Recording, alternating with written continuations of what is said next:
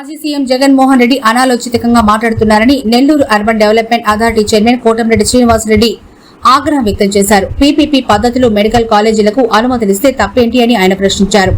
నెల్లూరులోని ఎన్టీఆర్ భవన్ లో కోటంరెడ్డి మీడియాతో మాట్లాడారు. తాను అధికారంలోకి వస్తే మెడికల్ కాలేజీల అనుమతులు రద్దు చేస్తానని జగన్మోహన్ రెడ్డి మాట్లాడడం సరికాదన్నారు. తాను సీఎం అవుతానని జగన్ పదే పదే చెబుతూ పగటి కళ్ళు కంటున్నాడని విమర్శించారు. వీధి రౌడీలాగా నిన్న ప్రవర్తిస్తూ ఒక ప్రెస్ మీట్ చూశాను. ఎంత ఘోరంగా ఉందంటే మెడికల్ కాలేజీలకి ఎవరైనా టెండర్లు వేస్తే రేపు మేము వస్తాము, అన్నీ క్యాన్సిల్ చేస్తాము, జాగ్రత్త అని బెదిరించడం చూస్తే నువ్వు ఎక్స్సీఎంవా ప్రజెంటు పచ్చి రౌడీవా అని అడుగుతున్నా. నీ అప్పుడేం చెప్పావు? నేను 15 మెడికల్ కాలేజీలు కడుతున్నాను, అందరికీ సీట్లు ఇస్తాం, వైద్యులు తయారు చేస్తాం, ఎన్నో ఉద్యోగాలు ఇప్పిస్తాం అని అబద్ధాలు కూసింది నువ్వు కాదా అని అడుగుతున్నా. 5 కాలేజీలకే పరిమితమైన నువ్వు 10 కాలేజీలకి పునాదులతో ఆగిపోయినాయి. ఆ 10 కాలేజీలో ఎందరో డాక్టర్లు తయారు చేయాలని, ఎంతోమంది నిరుద్యోగ యువతకి అక్కడ ఉపాధి ఉంటుందని చంద్రబాబు నాయుడు గారు ఒక పీపీపీ మోడల్లో దాని టెండర్లు ఆహ్వానించారు. తప్పేంటి అని అడుగుతున్నా. నువ్వు లక్షల కోట్లు అప్పు చేసి పారిపోతే ఈ రాష్ట్రానికి ఒక పెద్ద ఆయనగా, ఒక పెద్దన్నగా, ఒక తండ్రిగా ఈ రాష్ట్రాన్ని ఒక పరిపాలన గాడిలో పెట్టినటువంటి మహానాయకుడు చంద్రబాబు నాయుడు గారు.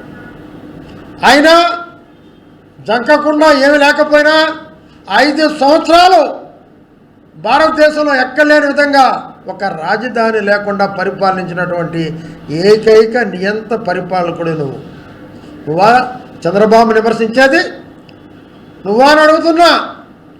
ఏం పీపీ మోడల్ పిలిస్తే తప్పేంటి? రేపు పొద్దుట నేను వస్తా, ఎల్లుండి వస్తా, మొన్నాడు వస్తా. ఏడకొస్తావురా? ఏడకొస్తావు? అయితే ఒకటి జగన్మోహన్ రెడ్డి గారు, ఈ జన్మలో నువ్వు ముఖ్యమంత్రి కాలేవు, అది నీ పగటి కల్లేను. అయితే చంద్రబాబు, పవన్, అచ్చెన్నాయుడు ముగ్గురంట. ఇంతకుముందు చంద్రబాబు ఒకటే అనేవాడు. మీ ముగ్గురు బాగా దూకండి, చావండి. మరి జగన్మోహన్ రెడ్డి చేసిన అన్యాయాలు, అక్రమాలకి ఎన్ని వేల బావులు తవ్వించాలండి దూకాలంటే?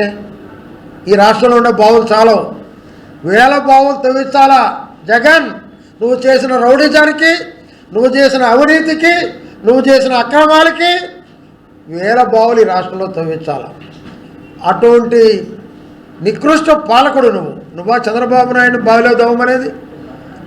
అనంతపురం సభ లక్షలాది మందితో కలకల్లాడితే ఒక సభ వస్తే, మహిళలు, యువత ఉరకలేస్తూ వస్తే, సూపర్ 6 సూపర్ హిట్ అంటూ వస్తే నువ్వు సూపర్ ఫ్లాప్ అంటావా? అసలు నువ్వు ఎక్కడున్నావా? బెంగళూరులో ఉన్నావా, హైదరాబాద్లో ఉన్నావా? నాకు అర్థం కావట్లా. హైదరాబాదులో పత్రికలు చదివి ఆ రాష్ట్రమే ఆంధ్ర అనుకొని ఆంధ్రాలో అభివృద్ధి లేదు అని మాట్లాడుతున్నటువంటి ఒక పనికి మాలిన ముఖ్యమంత్రి నువ్వు. తెలంగాణ పేపర్లకి ఆంధ్ర పార్టీకి సంబంధం ఏంటి? నువ్వు చదివే తెలంగాణ పత్రికలో మరి ఆంధ్ర గురించి మాట్లాడుతున్నావు. మరి ఈరోజు చూస్తే రైతులకి హీరో ఇవ్వటం లేదు. ఎక్కడ ఇవ్వలేదు. కుప్పంలో అందలేదన్నావు, రా దమ్ముంటే రా. నెల్లూరులో అందలేదన్నావు, దమ్ముంటే రా. శ్రీకాకుళంలో అందలేదన్నావు. అసలు ఏం మాట్లాడుతున్నావు? చేత కానీ ఒక ముఖ్యమంత్రి ఈరోజు సూపర్ 6 కాదు, సూపర్ 6లో లేనివి కూడా ఆటో వాళ్ళకి 15,000 రూపాయలు ఒక సంవత్సరానికి వేస్తున్నాడు.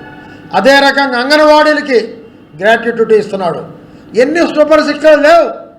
అయినా కూడా ప్రజలు ఇబ్బందులు ఉండకూడదు, కేంద్రంతో ఒప్పందం చేసుకొని పేదవారికి ఖర్చులు తగ్గించి వాళ్ళని లక్షాధికారులు చేయాలనే ఉద్దేశంతో జిఎస్టీ కూడా ఎత్తివేయడం జరుగుతుందని చెప్పి పండగకి తెలియజేస్తూ ఉన్నా.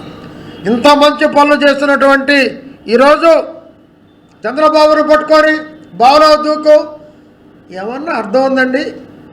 ఇప్పుడు మెడికల్ కాలేజీలు పెట్టి ఒక పీపీపీ మోడల్ పెడితే ఖబర్దార్ ఎవరైనా పారిశ్రామికవేత్తలు వస్తే, ఎవరైనా కూడా టెండర్లు వేస్తే నేను రాగానే రద్దు చేస్తా. ఏంటండి ఇది? ఇది ఒక మాజీ ముఖ్యమంత్రి మాట్లాడే భాషనా అని అడుగుతున్నా. ఒక రౌడీలాగా వ్యవహరిస్తున్నావు. రాష్ట్రంలో రౌడీజాన్ని పెంపొందించింది నువ్వు. ఈ రాష్ట్రంలో నీ పార్టీ తలుపులేసుకొని పోయింది. నీ పార్టీ లేదు. కేవలం అక్కడక్కడ సోషల్ మీడియాలో పెట్టి ఒక అబద్ధాలు ప్రచారాలు చేస్తున్నావు. నీ బతికే అబద్ధాలు బతికైపోయింది. నీ పార్టీ నాయకులు ఒక్కరు లేరు. అందరు కేర్ ఆఫ్ ఆయా ప్రాంతాల జైళ్ళు. నీ పార్టీ నాయకులతో జైళ్ళు నిండిపోయినాయి. మరెన్నో వీడియోల కోసం మా ఛానల్ ని సబ్స్క్రైబ్ చేసుకుని పక్కనే ఉన్న బెల్ ఐకాన్ ని క్లిక్ చేసి యాక్టివేట్